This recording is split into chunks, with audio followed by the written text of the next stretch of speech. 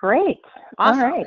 So, welcome everyone. Thank you for coming to our college financial planning webinar. I'm Jody Padar, and I'm here with Maggie Beach.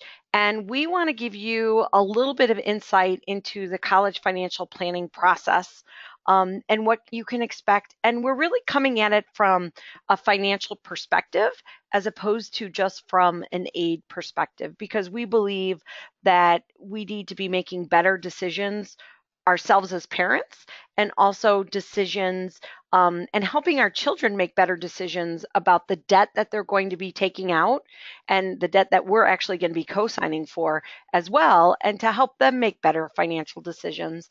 And so both of us are moms and we're CPAs as well, and we've been recently going through this financial planning process, and we really found that nobody out there was helping to give this kind of perspective from a CPA's perspective, from a financial planning perspective, to help parents and kids make better decisions about essentially this basically 150 to $200,000 education, or one of the biggest expenses of their lives. So that's this point of view we're coming from.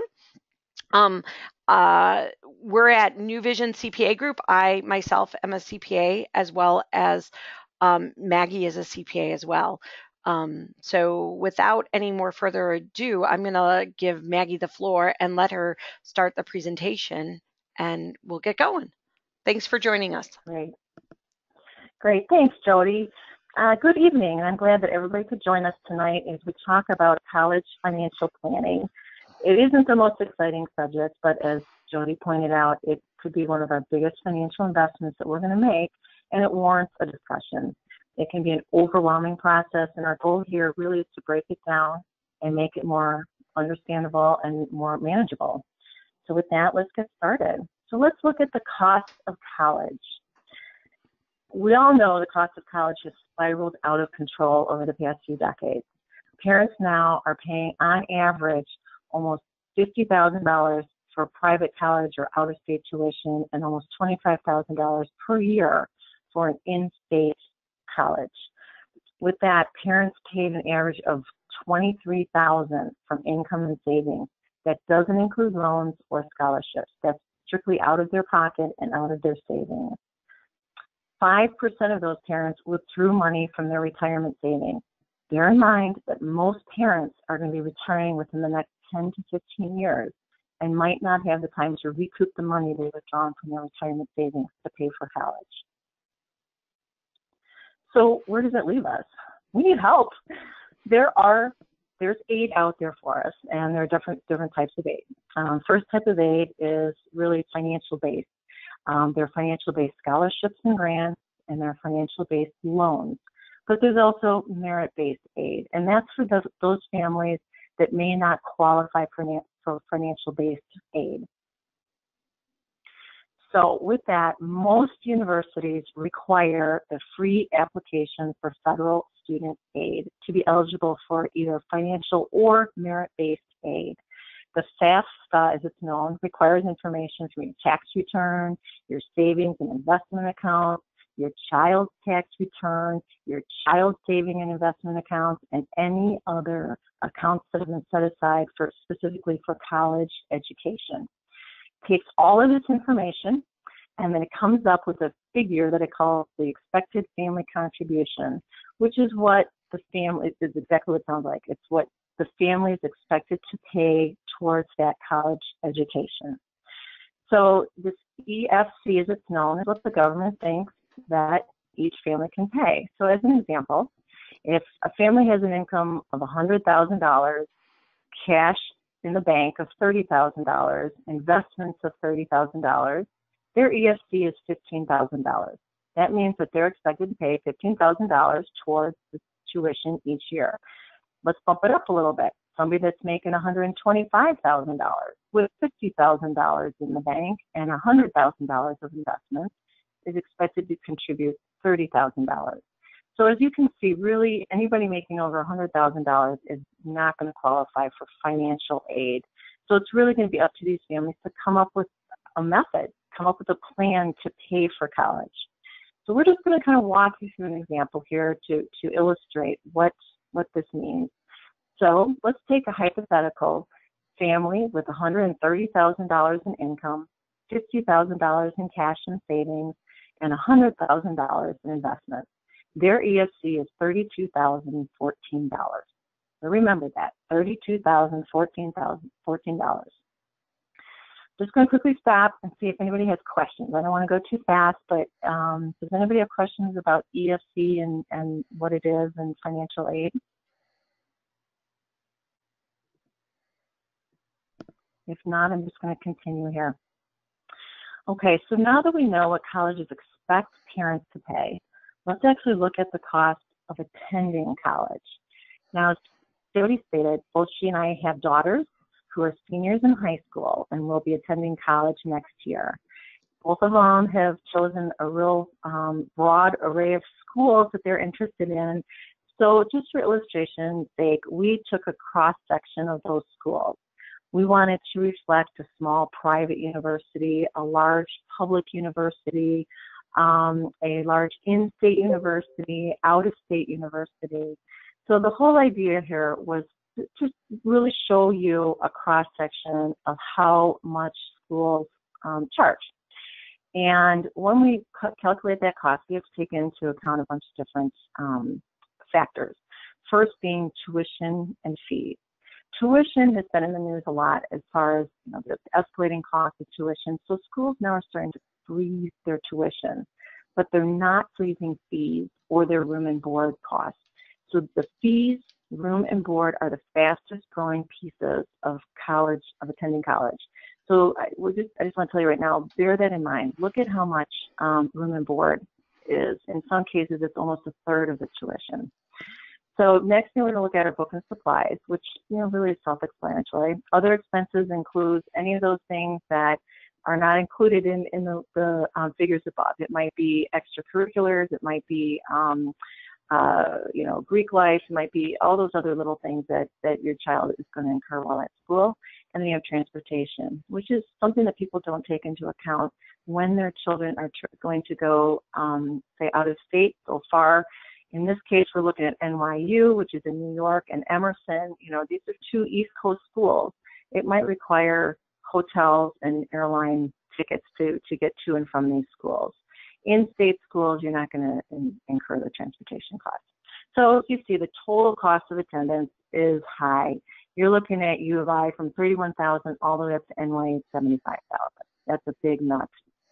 So let's recall our expected family contribution.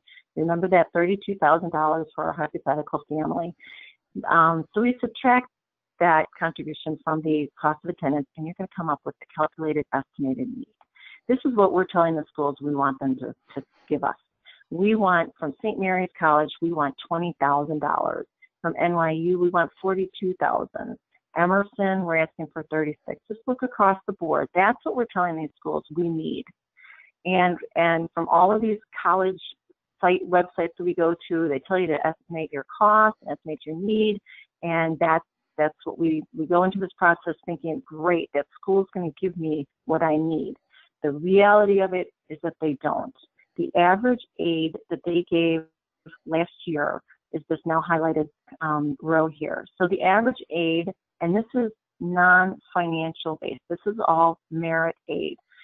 The average aid that St. Mary's gave was $15,000. That was pretty generous, but go across the board and you're going to see that there is a large discrepancy.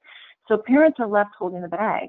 I mean, how are we going to pay for this? This is really, it really shows that the EFC might not be a relevant figure for us to take into account when we are, when we're trying to estimate our costs and come up with our college financial plan. So I think what we're going to have to do is really take a look at this and show that the EFC does not reflect the true cost of what we're going to pay. So with that in mind, what we're going to do is just forget about the EFC now. Let's look at the cost of attendance. Let's look at the aid that we expect to get, and now calculate our true net cost. Forget EFC, as I said earlier. Look at St. Mary's College. Their cost of attendance less the scholarship aid, that merit aid, our true net cost is going to be closer to $37,000. And if you look across the board, you'll see all these figures have been calculated the same way. Now, just for sake of illustration, IU, the last column over there, my son is a sophomore there, and we were in for a shock when we found out what we were actually going to pay. We thought that we were going to end up paying closer to, we thought we were going to get all this aid, the $17,000 that was the average aid that they gave, and they really did not. So expectations versus reality have to be taken into account, and this is where we want to work with you to really be realistic about the cost of these schools and how we're going to actually come up with paying for this. So we're going to switch gears here a little bit. No, actually, let me just stop for a minute. Does anybody have any questions about how I came up with this, how we calculated these real costs that we need to finance? So Maggie, is it safe to say that if you're making approximately $130,000 and your child gets a little bit of merit aid, you're still going to be at a deficit? Yes, and that's what the previous slide showed. There's, as you can see, the cost of attendance. Let's just look at St. Mary's College. We're looking at almost $53,000. And your child might qualify for aid. And this aid right here, the $15,000, would be scholarship aid that the school gives to your child. It is not a financial-based, need-based aid. This is merit aid. This might be based on grades, ACTs, SATs. But yeah, most of the schools, as you can see here, are giving some form of merit aid. But it's not the aid that everybody's come to expect as far as meeting. When they say they're going to meet your need, it's a misnomer. People really don't understand that there's a huge unmet need that needs to be accounted for. Right. And if we look at the Emerson example, the St. Mary's example versus Emerson, it's a big difference. It's a big difference. Now, something I haven't pointed out, but since you brought it Emerson, let me just quickly point out the two different Emersons here. There's Emerson and Emerson Honors.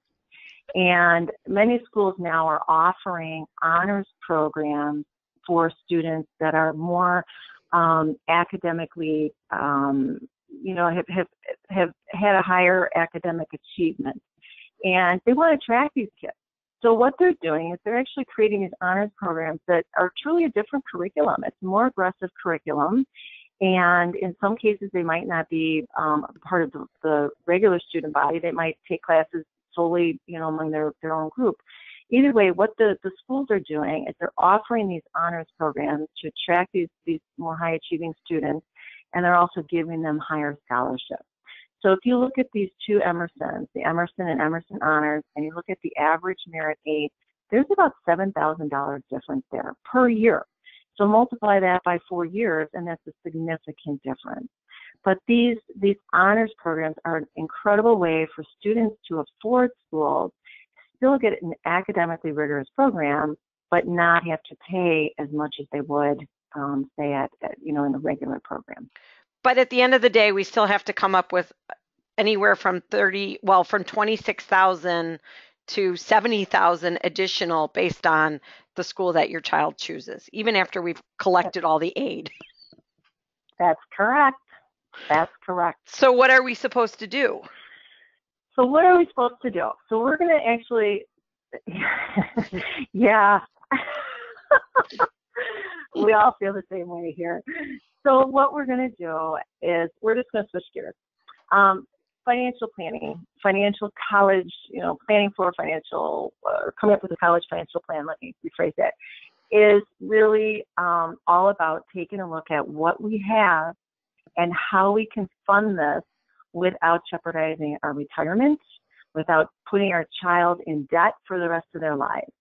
So we're going to start by taking a snapshot of what we have and what we can expect to use. So this slide here shows, it basically is a breakdown of everything that we have or will have to pay for college.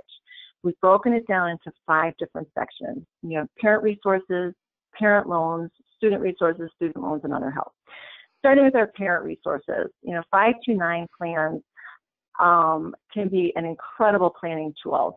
And whether you started them when your child was young, whether you had a very generous family member or friend that started it,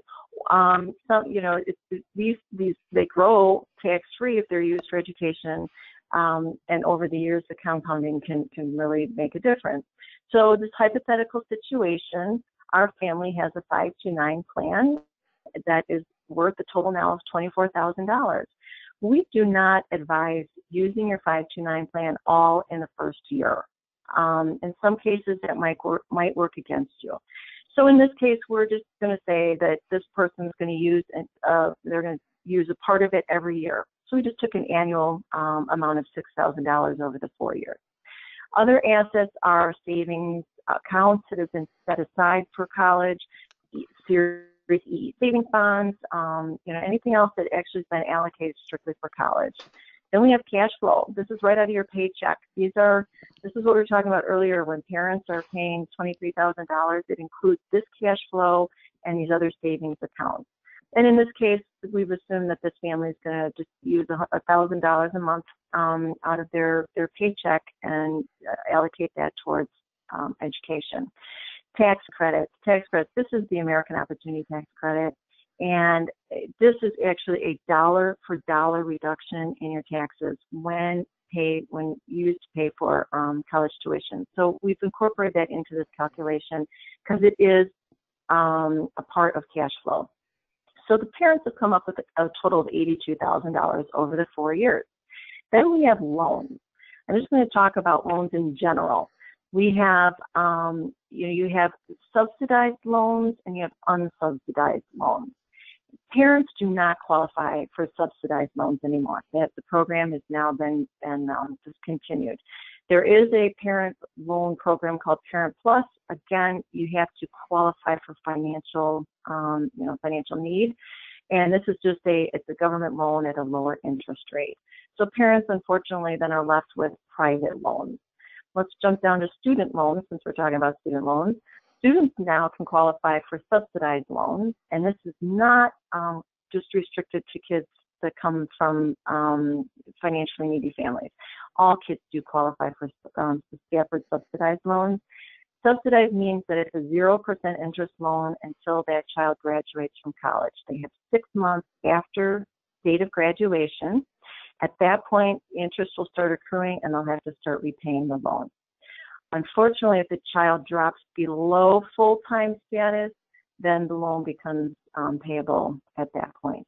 So that's something to bear in mind. If your child is not going to be a full-time student, Stafford loan is not always the best choice. There's a Perkins loan, which is, again, it's a low-interest rate loan, but it's only for families with financial need, and then, of course, private loans. So those are the loans. One thing that we want to really stress is loans should not be taken lightly. We do not like to see anybody take out loans that are in excess of the average starting salary of their students. In this case, we're just showing you a hypothetical again. This student is going to be a business major. The average starting salary for business majors last year was $52,000. So we recommend that the total amount of loans does not exceed that amount. Ours did by a little bit, but not much here. So that's loans. Let's go back to student resources. Again, they can do savings accounts. If we started an UTMA or an UGMA account for them, if they have a part-time job, that adds up. Our $2,500 here is just a part-time job, 10 hours a week for each semester. But that $2,500 equates out to $10,000 over the course of 4 years. That's a nice little contribution to their college cost of attendance. So then we add this all up, and we come up with $148,000 that we have been able to apply over the course of 4 years. If we break that down into 4 annual payments, you're looking at $37,000 per year. That as a parent, this parent has been able to set aside and use to finance their child's education without dipping into their retirement savings, without jeopardizing the child's future by bearing them in student loans. So, I mean, the planning, it just shows how important it is to really look at what you have, how you can plan it, and then come up with a realistic payment that you're comfortable making. It's not going to put you, put somebody in debt for years or jeopardize the retirement. So I'll stop real quickly again. I'm throwing a lot of numbers. Do we have any questions as to how we came up with these figures?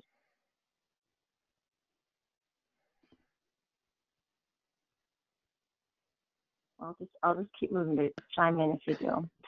So here we go. We're going to put it all together. So let's go back to our spreadsheet. We're just going to revisit the numbers. We know about our cost of attendance. We know about the scholarship money, the merit aid that we're going to get, and we know about our net cost. But now we've plugged in our payment, our annual college payment that we just calculated of $37,000. So let's look at St. Mary's. St. Mary's now, we realize we can afford it. We can afford it without going broke. If we go across the board, we see that NYU really, we need to revisit this conversation with our child. Is NYU worth it? If we're still short by $33,000 annually, and that means let's equate that to what, $140,000 nut that we have to come up with. This slide right here is what we should use to start the conversation with our kids, because this is what we need to come up with after we have come up with our financial plan. We can look at these figures like, let's look at IU. I was able to make it work with our son. He's working a little bit extra hours, and he's working more hours in the summer to come up with our little difference here, that's $6,800. We came up with a plan based on working the numbers, and again, it's not breaking our bank, it's not hurting our own retirement, and it's not going to saddle him with debt. But this really is, it helps you start the discussion with your children to revisit the plan, revisit the schools that they're looking at, and make sure that it's really realistic. So this shows we feel the value of college financial planning, and really feel that it's important for you to look at where you're at and where your children want to go, and to figure out a plan to send them to those particular schools, or what the best school for them without jeopardizing your own future. So as far as college financial planning, what we're producing here is we want to work with you to determine a budget and develop the financial criteria for choosing a college. We also want to come up with a plan for you that will look at the 5 top schools that your child wants to go to. In some cases, as you can see from Jody's and my daughter, some of those schools are really just, they're reach schools financially. They might be schools that our daughters can get into academically, but from a financial standpoint, it doesn't make sense. We're going to develop a personalized roadmap for financing the education. We saw that slide that takes into account all the different resources. How can we use those resources? How can we best leverage what we've done to date and what we're looking at in the future? Everybody's plan is different. The person sitting next to you has a completely different situation than you do. It's not cookie cutter. We have to look at everybody's situation and look at how they can make it work for them. And this will then equip you to make best decisions for your family's future. So as far as what we do in this is the process involves an initial conversation, sitting down, figuring out what is your situation, where do you want to go, where does your daughter or son want to go, and what is your financial situation, what have you been able to save to date, and what do you see as far as how do you plan on financing this education. Then the other piece of it is completing the FAFSA. That's necessary for merit aid. So it's a complicated application. I shouldn't say it's not complicated, but it's confusing. So we'll help walk you through that. We'll complete that with you. Then we'll come up with a personalized roadmap, which is going to take into account, like I just said, all of these schools, your personal situation, and then we'll sit down and have a final consultation to discuss the plan with you. This is where we want your children involved. It opens their eyes.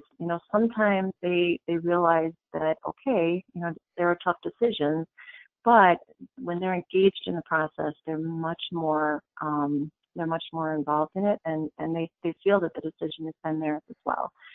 So we do all this. Our cost to do it, we feel, is a good value because it really is something that is not just for 1 year, but it's a 4-year plan that will truly help you set a roadmap, and it won't derail all of your plans for your retirement as well as for your child's education. So with that, again, I'm just going to open it up. If anybody has any questions, please ask.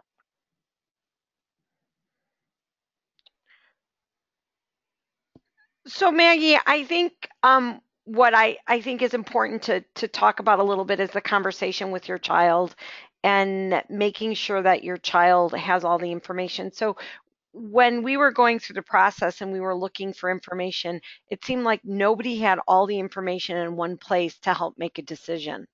Did you find that to be true when you started down this road last year?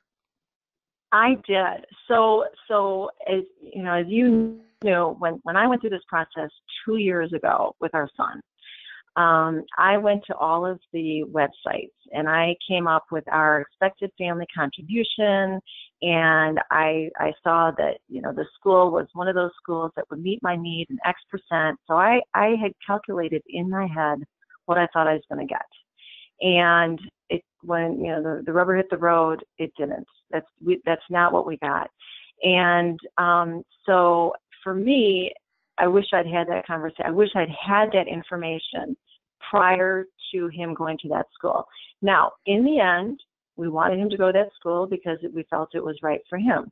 This time around, now we're sitting down with our daughter, armed with this information, and it took, for her, it took all of 10 minutes to look at it and realize that, okay, some of these schools were just too much. They weren't going to fit in with our financial plan. So, to answer your question, I wish that I'd had this conversation with my son several years ago and had him more engaged in the financial aspect of the decision. Right. And I think that's really important because I think that too many parents go into it, the financial planning conversations where everyone's like, oh, you're going to get this aid and you're going to get that aid.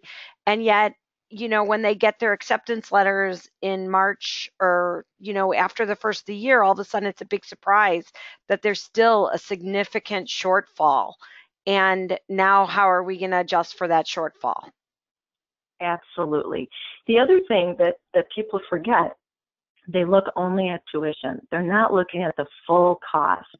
And so when they see that they've gotten a scholarship for X amount of dollars, they really don't take into account everything else that goes into it. They feel that, oh, tuition's paid for, great.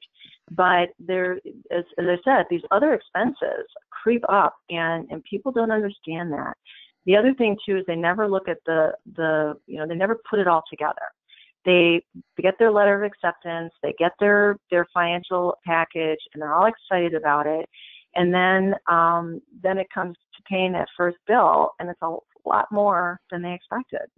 I'm a CPA, and I still was shocked when we received our first bill for my son's freshman semester. I was not paying attention. I didn't do a financial plan for myself. I'm embarrassed to say, but you're right. I mean, Jody, the realization wasn't there. We did not have our plan in place. We weren't really thinking about it year after year. We thought about the first year, but then there's also tuition creep and there's fee creep. There's all this other stuff that year 2, year 3, and year 4 come into play, and people don't take that into consideration as well. And so I want to be respectful of everyone's time here tonight, but I do want to say the reason that to wrap it up with the fact that we believe that by gathering all this information and coming up with a plan, it's going to help you make a better informed college decision because as we stated in the beginning, we feel that people don't have the information to write the enough information to make correct financial decisions. And so that's where our perspective is to like go into this decision with all the information and then make a decision that's right for your family with your child included in the conversation, so that you don't have a kid who's graduating with $180,000 worth of loans that they really didn't understand, that were part of it. So really that's where we're coming from as we wrap up. Absolutely. It's information is key, and it's a 4-year process, but it's a lot longer than that, because if we do end up, saddling with our kids with $180,000 worth of debt, that is going to they're going to be paying that off when they're getting ready to send their own children to school, and that's the hard truth of it. So, it's not meant to scare. It's just meant to say, let's be prepared. Let's just come up with a good plan, and just make sure that we're all prepared. Awesome. So thank you all Great. for coming, and thanks, Maggie, for the great information. Thank you. Thanks everybody for coming.